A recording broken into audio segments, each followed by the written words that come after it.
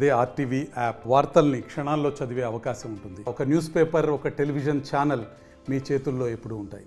మా జీపీఎఫ్ విషయంలో రాజ్యాంగ ఉల్లంఘన 266 అధికరణ పబ్లిక్ డిపా అకౌంట్లో ఉండవలసినటువంటి మా సొమ్ముని కూడా ఇతరత్ర అవసరాలకి వినియోగించినటువంటి పరిస్థితుల్లో సిపిఎస్ ఉద్యోగులకి వాళ్ళ జీతాల నుంచి 10% కట్ చేసి ప్రభుత్వ 10% కలిపి వారి ప్రాన్ అకౌంట్లో జమ చేయమని పిఎఫ్ఆర్డి చట్టం స్పష్టంగా నిర్దేశించినప్పటికీ వాటిని కూడా చెల్లించకుండా వారి ఖాతాలో జమ చేయకపోవటం వల్ల జరిగినటువంటి ఉల్లంఘనలన్నిటినీ కూడా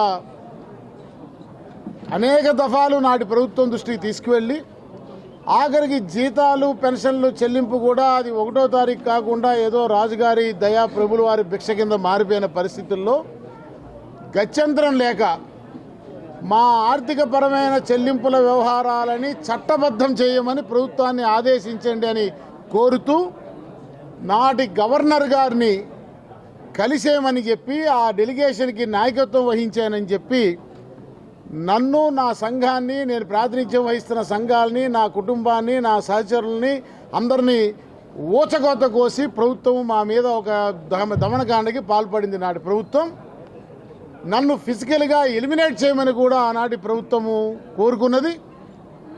తప్పుడు కేసులు పెట్టి బనాయించి నా మీద నేను నాకు యాంటిసిపేటరీ బెయిల్ కింద కోర్టులో రాని పరిస్థితుల్లో నేను ఆఖరికి కుటుంబానికి దూరంగా అజ్ఞాతంలో ఉండాల్సి వస్తే నా భార్య, కూతురు, కుటుంబాన్ని కూడా 2 ఆడవాళ్ళు ఉన్నటువంటి ఇంటిలో అర్ధరాత్రి 2-3 గంటల వరకు కూడా మగ పోలీస్ అధికారులు సెర్చింగ్ పేరు మీద నానా ఇబ్బందులకు గురి చేసి నా ఇంటి చుట్టుపక్కల వాతావరణాన్ని కూడా ఒక పాకిస్తాన్ టెర్రరిస్టు తీవ్రవాదిని వేటాడినట్టుగా నన్ను వేటాడినటువంటి పరిస్థితుల్లో మా వల్లే అద్భుతాలు జరిగిపోయాయని చెప్పేంత అవివేకులు మేము కాకపోయినప్పటికీ కూడా ఖచ్చితంగా సమాజంలో వచ్చిన ఆ రాజకీయ చైతన్యానికి మేము మూల కారకం అనేటువంటి విషయాన్ని మాత్రం నిస్సందేహంగా మేము చెప్పుకుంటామనే విషయాన్ని మనవి చేస్తూ ఉన్నాం.